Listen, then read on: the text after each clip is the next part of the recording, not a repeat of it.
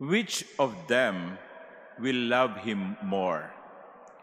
The Lord was talking about two debtors, and both with different credit or debt were forgiven. And that is why the Lord asked, who will be more grateful? And the obvious answer was the one who had been forgiven more. The one whose death is greater will be more grateful. And Jesus said, you're correct. Ang pinatawad ng mas malaking pagkakautang ay tatanaw ng mas malaking utang na loob. And that is how the Lord described the woman. This woman was doing all these things not because she wanted to be forgiven. She had already been forgiven. And as an act of gratitude, she was doing all these things. Let me be clear with that. Let me be clear with that. That this woman's actions were a result of having been forgiven. That is why our responsorial psalm was very appropriate. Give thanks to the Lord, for He is good. Hindi sinabi ng response, give thanks to the Lord that He may be good. Magkaiba yun eh. Magpasalamat ka't magpuri sa Diyos sapagkat Siya'y mabuti. Hindi yung magpasalamat ka at magpuri sa Diyos para Siya maging mabuti. Hindi.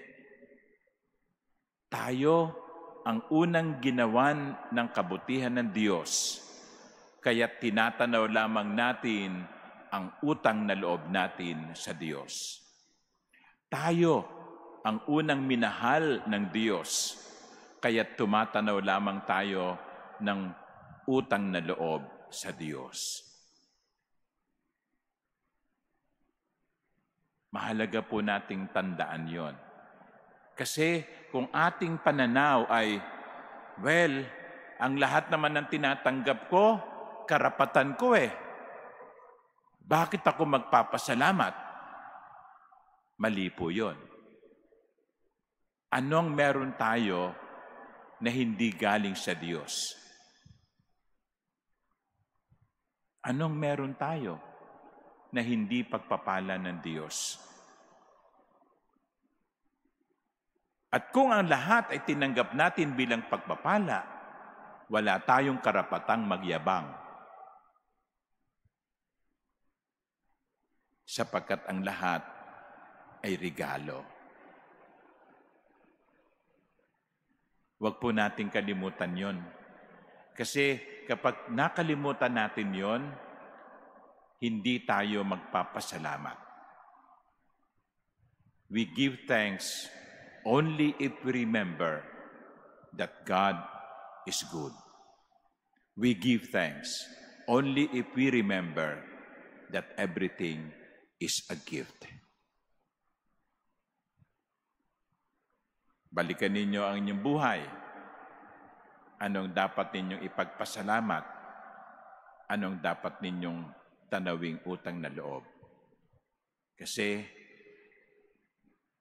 baka maparis tayo doon sa nag-imbita kay Jesus, sa Pariseo. Sabi nga ni Jesus, Simon, pumasok ako, hindi mo ako binigyan ng tubig na panghugas ng aking paa.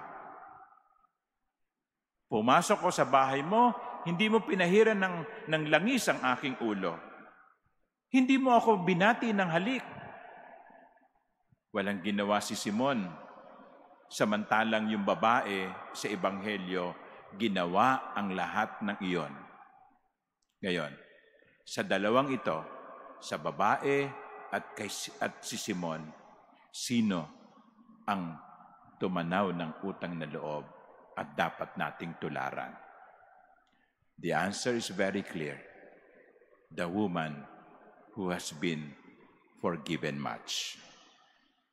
My dear sisters and brothers, let us always remember the goodness of the Lord, that we may always be grateful. Amen.